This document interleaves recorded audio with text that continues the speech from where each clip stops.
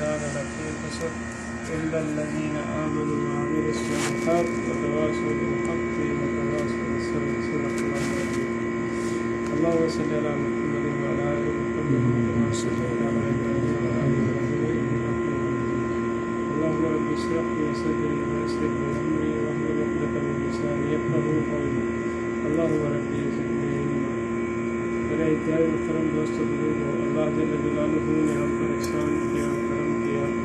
ہم جیسے کمزوروں کو اپنے دین کی نسبت سے کچھ دن یعنی اپنے دین کی نسبت سے نکلنے کی توفیق عطا فرمائی. محض اللہ کی رضا اور اللہ کی رضامندی سے ہمارا اس میں کوئی قابلیت، ہمارا اس میں کوئی کمال نہیں ہے، بلکہ اللہ جل جلالہ جس سے راضی ہوتے ہیں، جس پر رحمت کی نظر فرماتے ہیں، اس سے خیر کے کام لے لیتے ہیں، اس سے خیر کی طرف بلا لیتے ہیں.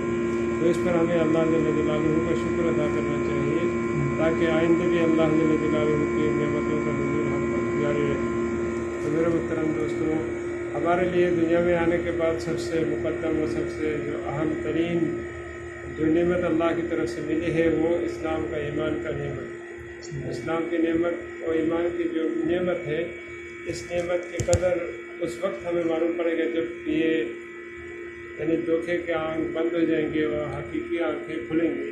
اب معلوم پڑے گا کہ ایمان کی حقیقت کیا ہے اور ایمان کی قیمت کیا ہے. تو اس کے لیے اللہ جل جلالہ نے ہمیں دن مانگے، مسلمان گھر میں مسلمان والدین کے ہاں پیدا فرمائے، اور ہمیں اللہ جل جلالہ کی طرف سے محمد رسول اللہ صلی اللہ علیہ وسلم کی امت میں پیدا فرمایا، اور ہمیں اسلامی نام دیا گیا، ہمارا نام اسلام پر رکھا گیا، ہمارا مذہب اسلام پر پائے، اور ہمارا کتاب قرآن ہے، ہمارا نبی صلی اللہ علیہ وسلم محمد صلی اللہ علیہ وسلم ہے. ہم ہر اس نعمت کے لیے اللہ کا شکر ادا کریں گے تو اللہ اپنی رحمتوں کا نزول اور ہمیں ایمان پر مستقیم رہنے کی توفیق عطا فرمائے. تو میرے محترم دوستوں بزرگوں، اللہ جل جلالہ نے ہمیں دنیا میں ایک عظیم مقصد کے لیے پیدا فرمایا ہے. وہ مقصد کیا ہے کہ ہم اس دنیا میں اللہ کی تعارف کو پہچانیں، اللہ کی تعارف کے ساتھ دنیا میں زندگی گزاریں، اور پورے انسانیت کو اللہ کا تعارف کرائے کہ اللہ کون ہے، ہمارا رب کون ہے، ہمارا اللہ کون ہے. یعنی ہر چیز، یعنی اس کائنات کا اکیلا وحدہ لا شریک جو خالق ہے وہ ہمارا، وہ پورے انسانیت کا، وہ پورے یعنی مخلوقات کا رب کون ہے؟ اللہ، لا الہ الا اللہ.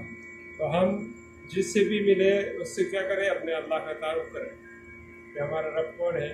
اللہ ہمارا خالق ہے، اللہ ہمارا مالک ہے، اللہ دن کو لانے والا، اللہ راتوں کو بدلنے والا، اللہ چاند گرہن کروانے والا، اللہ سورج میں گرمی کی حرارت رکھنے والا، اللہ چاند میں روشنی ڈالنے والا، اللہ ستاروں کو چمکانے والا، اللہ پانی کے ذروں کو پانی کے ذروں سے سمندر بنانے والا، اللہ پہاڑوں کے اندر یعنی سب بڑے سے بڑے پتھروں کو ترتیب سے رکھوانے والا، یعنی اللہ بڑے بڑے فرشتوں کا رب، اللہ بڑے بڑے مخلوقات کا رب، یعنی اللہ یعنی کئی ہزار ٹن کھانا کھانے والے مچھلیوں کا رب، اللہ ہم جیسے کمزور انسانوں کا رب.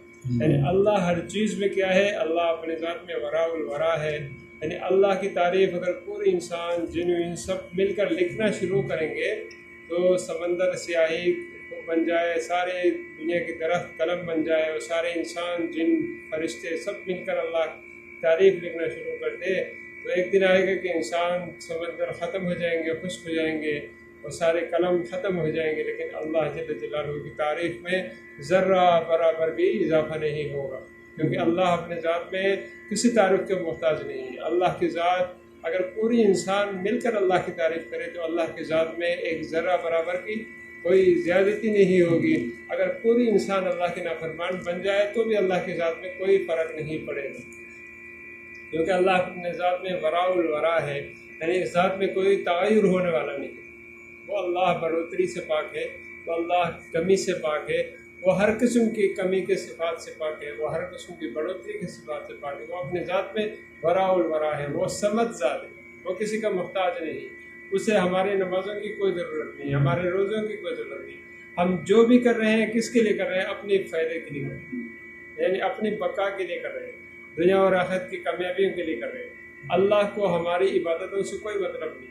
اللہ اگر ہم اللہ کے نافرمان بن جائے تو اللہ دوسرے ایک مخلوق کو لے کر آئیں گے، وہ ہم سے زیادہ اللہ کے اطاعت گزار ہوگی. یہ اللہ کا قانون رہا ہے کہ جو بھی قومیں اللہ کی نافرمانی میں اللہ کی یعنی سرکشی شروع کی تو اللہ نے ان کو ختم کر کے فنا کر کے دوسری قوموں کو وجود جو ان سے بہتر یعنی عبادت کرنے والے تھے، بات ماننے والے تھے. تو ہم بھی کوئی اللہ کے رشتے دار ہے، اللہ سے ہمارا کوئی خاص وہ نہیں ہے.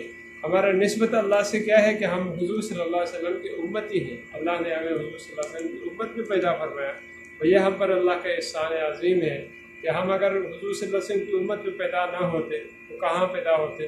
لیکن اللہ نے ہم پر احسان کیا، ہم کسی بنا کسی محنت کے کسی سوال کے اللہ نے ہمیں حضور صلی اللہ علیہ وسلم کی امت میں پیدا فرمایا. تو اس امت میں پیدا ہونے کی وجہ سے ہمارے اوپر جو ذمہ داری عائد ہوتی ہے وہ کیا ہے کہ ہم قیامت تک آنے والے انسانوں کے ذمہ دار ہیں. ہمارا کام یہ نہیں کہ ہم دنیا داری کریں، اپنے حصے کا پیسہ کمائے، گھر بنائے اور بچے ہو، بچوں کو پڑھائے، بس یہی ہمارا کام نہیں ہے. ہمارے دنیا میں آنے کا مقصد یہی نہیں ہے کہ ہم صرف دنیا کو بنائیں اور گھر بنائے، یہ سب کریں، یہ ہماری ضرورت ہے. لیکن اصل جو ہمارا کام ہے وہ کیا ہے کہ ہم اللہ کے بندوں کو اللہ سے تعارف کرائے اور انہیں آخرت کے بارے میں بتائے، اور انہیں حضور صلی اللہ علیہ وسلم کی ختم نبوت کے یعنی صدقے میں جو کام اس امت کو ملی ہے اس کام کے بارے میں سب کو بتائے. یہ سب کا کام ہے، یہ پاکستانی کا، انڈین کا، سری لنکن کا، ہر امتی کا کام ہے. دنیا میں جہاں بھی لا الہ الا اللہ پڑھنے والا ہے اس کا کام یہ ہے کہ وہ کیا کرے، وہ اس دعوت کے کام کو خود بھی کرے اور دوسروں کو بھی اس کی دعوت دے. تو اس سے کیا ہو جائے گا میرے محترم دوستو، یعنی جب ہم سب اللہ کی اس عظیم یعنی جو خدمت ہمارے ذمہ لگایا گیا ہے، دعوت کا جو ذمہ داری ہمیں دی گئی ہے، اس کام کو کریں گے تو اس سے کیا ہوگا، اس سے دنیا میں یعنی بدعت کے، گمراہی کے دروازے بند ہو جائیں گے، یعنی ہدایت کے راستے اللہ کھولیں گے. اور اس کام کو یہاں کرنے کی برکت سے اللہ امریکہ والوں کو اور دوسرے غیر مسلم ملکوں میں رہنے والے غیر مسلموں کو اللہ ہدایت عطا فرمائے.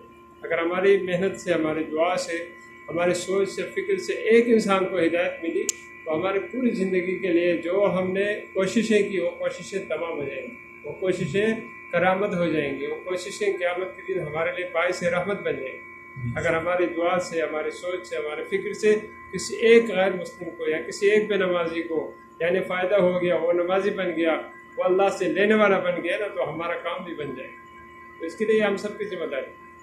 اس کے لیے اللہ جل جلالہ نے فرمایا کہ والعصر ان الانسان لفی خسر، یعنی سارے انسان کیا ہے، خسارے میں ہیں، نقصان میں ہیں، تباہی میں ہیں، مگر وہ لوگ نہیں. وہ کون لوگ ہیں؟ جو اللہ پر ایمان لائے.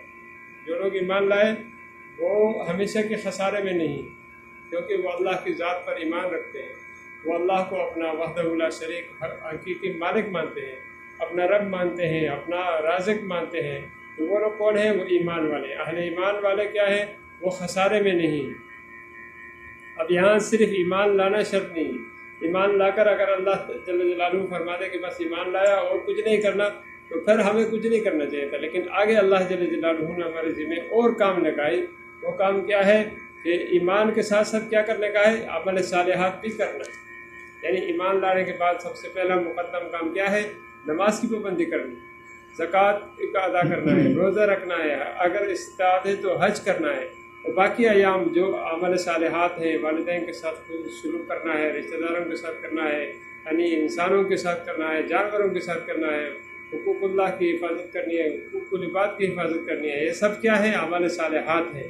اور ایمان لایا، عمل صالحات کیا، یہ بھی کافی نہیں ہے. ان کے ساتھ آگے اللہ جل جلالہ نے کیا شرط رکھی؟ یعنی وتواصوا بالحق، یعنی یہ کیا کرے گا؟ یہ خود بھی نماز پڑھے گا، دوسروں کو بھی نماز کی طرف بلائے گا. یہ خود بھی روزہ رکھے گا، دوسروں کو بھی بتائے گا کہ بھائی روزہ رکھنے میں اللہ جل جلالہ نے یہ نعمتیں رکھی ہیں اور یہ انعامات اللہ کی طرف سے ہمیں ملیں گے آخرت میں. یعنی اللہ کے راستے میں خود بھی نکلے گا اور اوروں کو بھی اللہ کی طرف نکلنے کی طرف راغب کرے گا، ترغیب دے گا. اور اس کام کو جب یہ کرے گا تو اس کے راستے میں مشکلات آئیں گے، لوگ اس کو تانا دیں گے، لوگ اس کو پتھر ماریں گے، جس طرح جماعتوں کے ساتھ ہوتی ہے. یعنی مختلف تشکیل میں لوگوں کی، یعنی یہاں تک کہ لوگ اپنی جان اللہ کے راستے میں دے دیتے ہیں. یعنی کئی ایسے واقعات ہیں پاکستان کے اندر ہیں، دنیا کے اندر مختلف یعنی کارگزاری آتی ہے کہ لوگ کیا کرتے ہیں؟ جماعت والوں کو شہید کر دیتے ہیں. تو اس کے لیے اللہ جل جلالہ نے کیا فرمایا؟ وتواصوا بالحق وتواصوا بالصبر. یعنی اس حق کی تبلیغ کرتے ہوئے آپ کو مشکلات آئیں گی، آپ بھوکے رہیں گے، آپ پیاسے رہیں گے، آپ کو گرمی ستائے گی، آپ کو سردی ستائے گی، آپ کو لوگ رہنے نہیں دیں گے، مسجدوں میں گھسنے نہیں دیں گے. تب آپ نے کیا کرنا ہے؟ صبر کا دامن تھامنا. جو ایمان لا کے عمل صالحات کے ساتھ حق کی تلقین کرتے ہوئے صبر کا دامن تھامے گا تو وہ کیا ہوگا؟ یقیناً وہ لوگ کامیاب ہو جائیں گے۔ تو اس کام کو کرنے کے لیے اللہ تعالی شانہ نے ہمیں وقت دیا ہے، ہمیں یہ فرصت کے لمحات عطا فرمائے ہیں۔ تو الحمدللہ ہم 3 دن اللہ کے اس دین کے فکر سے نکلے ہیں، اپنے اصلاح کے لیے نکلے ہیں، اپنے ایمان کو بنانے کی فکر سے نکلے ہیں۔ ہمارا نکلنا صرف اس وجہ سے کہ ہمارا رب ہم سے راضی ہو جائے اور ہم اپنے اللہ کو راضی کر کے دنیا سے جانے والے بن جائیں، اس سوچ کو لے کر ہم نکلے ہیں۔ تو اس سوچ کو لے کر نکلنے کے بعد جو سب سے پہلا کام کیا، ہماری ذمہ داری کیا ہے؟ ہم جو بھی عمل کریں اللہ کو مطلوب کر کے کریں، اللہ ہمارا مطلوب ہو، باقی کوئی نہ ہو۔ میں بات کر رہا ہوں کہ اللہ میں میری ان باتوں سے میرا ایمان بن جائے اور اللہ مجھ سے راضی ہو جائے۔ میرا کہنے کا مقصد کیا ہے؟